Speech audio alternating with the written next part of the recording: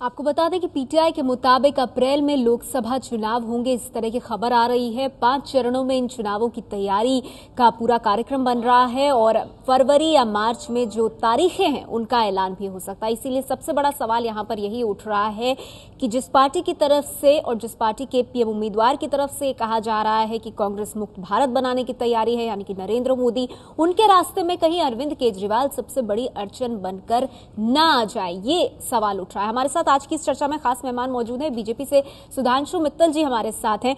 सुधांशु जी, ये सवाल इसलिए उठ रहा है क्योंकि आज नरेंद्र मोदी बाबा रामदेव के मंच पर पहुंचे। बाबा रामदेव ने बड़े ही आंकड़े बता करके अपना फॉर्मूला बताया था, लेकिन नरेंद्र मोदी के पास ऐसा लगा कोई नया आइडिया नहीं था। उन्होंने बड़े सरल भाव से कह दिया जो अपेक्षाएं उन पर खरा उतरने की कोशिश करेंगे।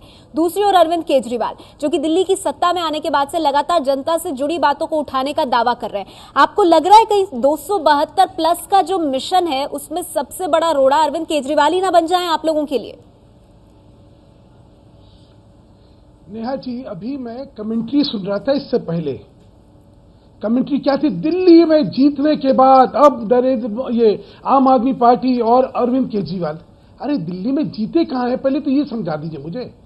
32 हमारी 28 उनकी है और हम पराजित है, वो विजेता है। नहीं, आपने तो खुद ही सरकार नहीं बनाई ना। और विश्लेषण, एक सेकंड देखिए, सरकार बनाना और जीतना दो अलग अलग चीजें हैं।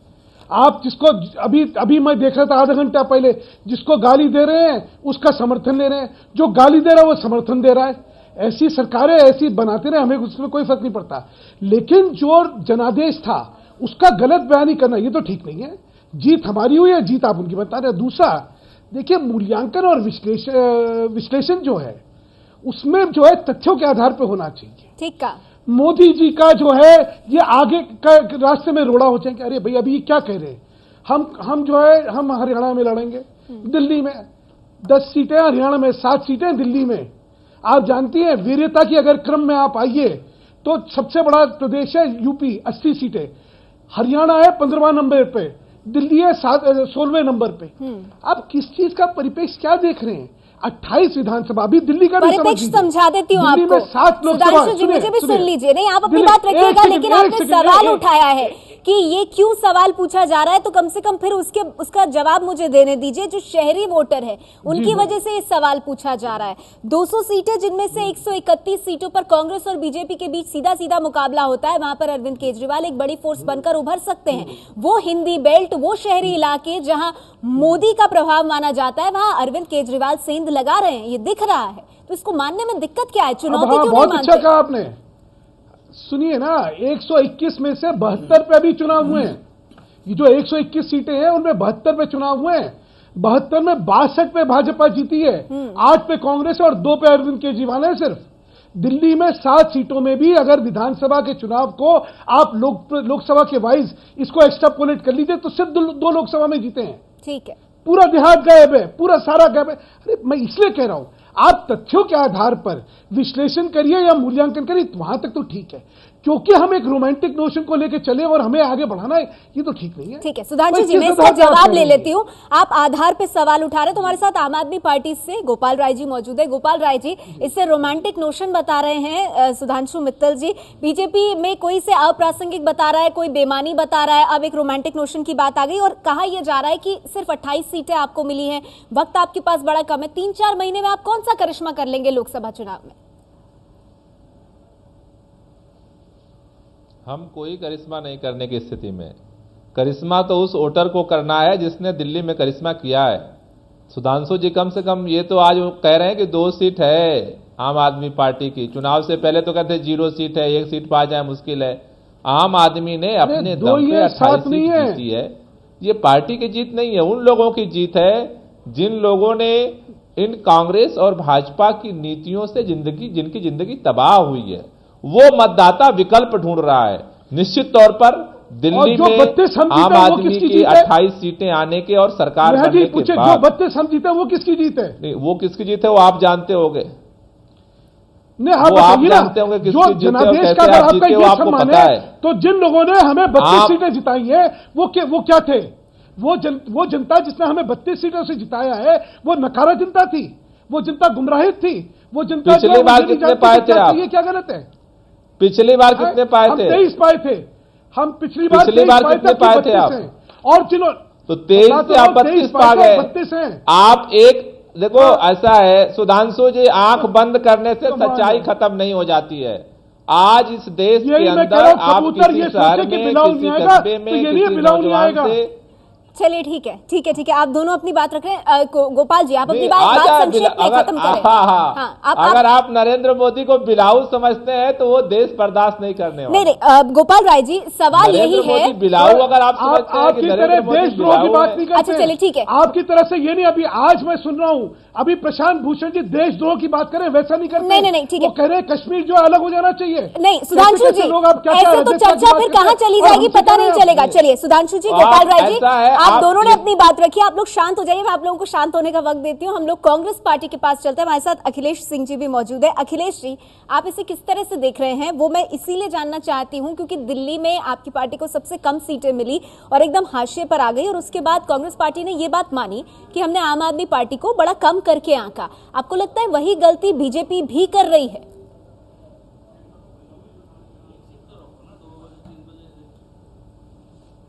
पहले मैं बाबा रामदेव के प्रश्नों का जवाब दे दूं जिनका शुभारंभ आपने किया था। दो बातें की थी, बीजेपी रामदेव और आम पार्टी। तो ये जो रामदेव जी हैं, ये महिला के सलवार सूट में ज्यादा हमें अच्छे लगते हैं देश में। ये जो आज ज्ञान बघार रहे थे मंच से और उसके पहले प्रेस कॉन्फ्रेंस से, उसके पहले अगर ये कह देते कि माननीय मोदी जी जो आपके रैलियों पे अरबों खरबों खर्च हो रहा है, वो कौन सा पैसा खर्च हो रहा है, वो यदि कह देते कि आपके मंत्रिपरिषद में जो दागी मंत्री हैं वो सजायाफ्ता मंत्री हैं, उन्हें आप कब बाहर रुखसती कर रहे हैं, वो अगर ये कह देते कि येदियुरप्पा को आप लेकर के क्या हमारी विचारधारा को आगे बढ़ाते हैं, तो ज्यादा अच्छा संदेश देश को गया होता। खैर, उनका दोहरा चरित्र, हमें उन्हें मुबारकबाद देते हैं। दूसरी बात, इस देश में 7 नेशनल पार्टियां हैं और 34 रीजनल पार्टियां हैं और 333 रजिस्टर्ड पार्टियां हैं जो 15वीं लोकसभा के चुनाव लड़े थे। एक इसमें इस बार और बढ़ जाएगी। जो सिर्फ निंदा करना, गाली देना, अपशब्दों का प्रयोग करते थे और सिर्फ झूठ फरेब की राजनीति करते थे कि हमें कभी राजनीति में नहीं आना है, राजनीति में आए हम कभी समर्थन न लेंगे न देंगे, तमाम सबकी कसमें खा गए। अपने परिजनों से लेके यार मित्रों तक की, वहां से सफर लेकर के ओथ लेने तक के पहले की जो राज्यपाल से शपथ ली उसके पहले की सारी कसमें वापस करते गए। ऐसी पार्टी को अब वैसी पार्टी को बीजेपी की भाषा बोल रहे हैं। अखिलेश जी, चलिए मैं आपके पास फिर आऊंगी। मैं आपके पास चलिए मैं वही नहीं, मैं आम आदमी पार्टी की बात कर रहा हूँ। मैं आम आदमी पार्टी की बात कर रहा हूँ। अब वैसी पार्टी को अब ऐसी पार्टी को उनको मौका मिला है, अब अपनी बारी है करके दिखाने की। और जो जो बोलते थे कुछ नहीं किया, सिर्फ खैरात बांटी, गिफ्ट वाउचर पे चुनाव लड़े, छूट दे करके, लिफ्ट तमाम प्रलोभन दे करके, लेकिन 257 इनके प्रलोभन वाले मैनिफेस्टो में वादे हैं, उस पर कोई चर्चा नहीं हो रही है क्योंकि वो पूरे करने के लिए कहीं दिख नहीं रहे हैं। अब ऑल इंडिया सब कुछ होने के बावजूद आपने समर्थन दिया है आम आदमी पार्टी को। दिल्ली की जनता को आपने आम आदमी पार्टी के तौर पर विकल्प दिया समर्थन देकर। तो सवाल तो उल्टा आपसे पूछा जाएगा कि ये सब कुछ था तो फिर समर्थन क्यों दिया। चर्चा जारी है कि क्या नरेंद्र मोदी के लिए रुकावट बन सकते हैं अरविंद केजरीवाल। लेकिन आपको बता दें कि आज नरेंद्र मोदी ने बाबा रामदेव के मंच से अपनी बात रखी थी और ये कहा था कि एक चाय बेचने वाले को देश के लोगों ने इतना प्यार दिया। उस पर कांग्रेस के राशिद अलवी क्या कह रहे हैं, सुनिए। इस देश के 70 करोड़ लोग ऐसे ही घरानों से ऊपर आते हैं, अकेले नरेंद्र मोदी जी नहीं है। और अगर वो इस नाम से वोट मांगना चाहते हैं तो कहें देश से कि मैं इस नाम से वोट मांगना चाहता हूं। वो लोगों को इमोशनल करके, बेवकूफ बना के वोट मांगना चाहते हैं। और मैं ये भी कह दूं, आज की जो नई परिस्थितियां हैं उसमें नरेंद्र मोदी जी दौड़ में ही नहीं है, बहुत पीछे रह गए। तो कांग्रेस पार्टी की तरफ से प्रतिक्रिया कि कई लोग ऐसे घरों से आते हैं, नरेंद्र मोदी उसमें अकेले नहीं है। एक बार फिर से रुक करेंगे हमारी आज की इस चर्चा का कि नरेंद्र मोदी के लिए क्या बड़ी चुनौती अरविंद केजरीवाल बन सकते हैं। वक्त मेरे पास बहुत कम है। सुधांशु जी, बहुत संक्षेप में आपसे जानना चाहूंगी, भ्रष्टाचार, महंगाई और बेरोजगारी, इन 3 मुद्दों का जिक्र लगातार नरेंद्र मोदी करते रहते हैं। इन्हीं मुद्दों को लेकर आम आदमी पार्टी भी आगे बढ़ रही है। तो अगर यही मुद्दे हैं तो इस पर आम आदमी पार्टी के साथ देश क्यों नहीं खड़ा हो सकता, जैसे दिल्ली में खड़ा हुआ?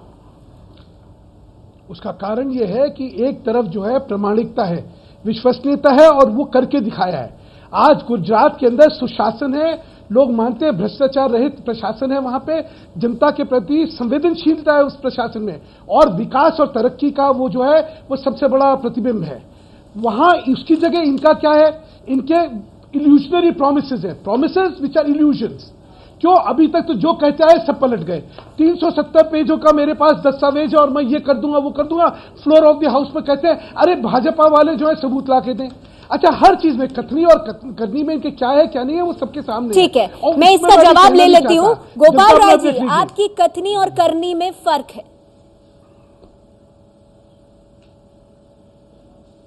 केवल भाजपा और कांग्रेस को लगता है, लोगों को तो ये लगता है कि हम जो कहते हैं वो करते हैं, और इसीलिए लोग इतनी एक साल की पार्टी के साथ इतनी मजबूती के साथ खड़े हुए हैं।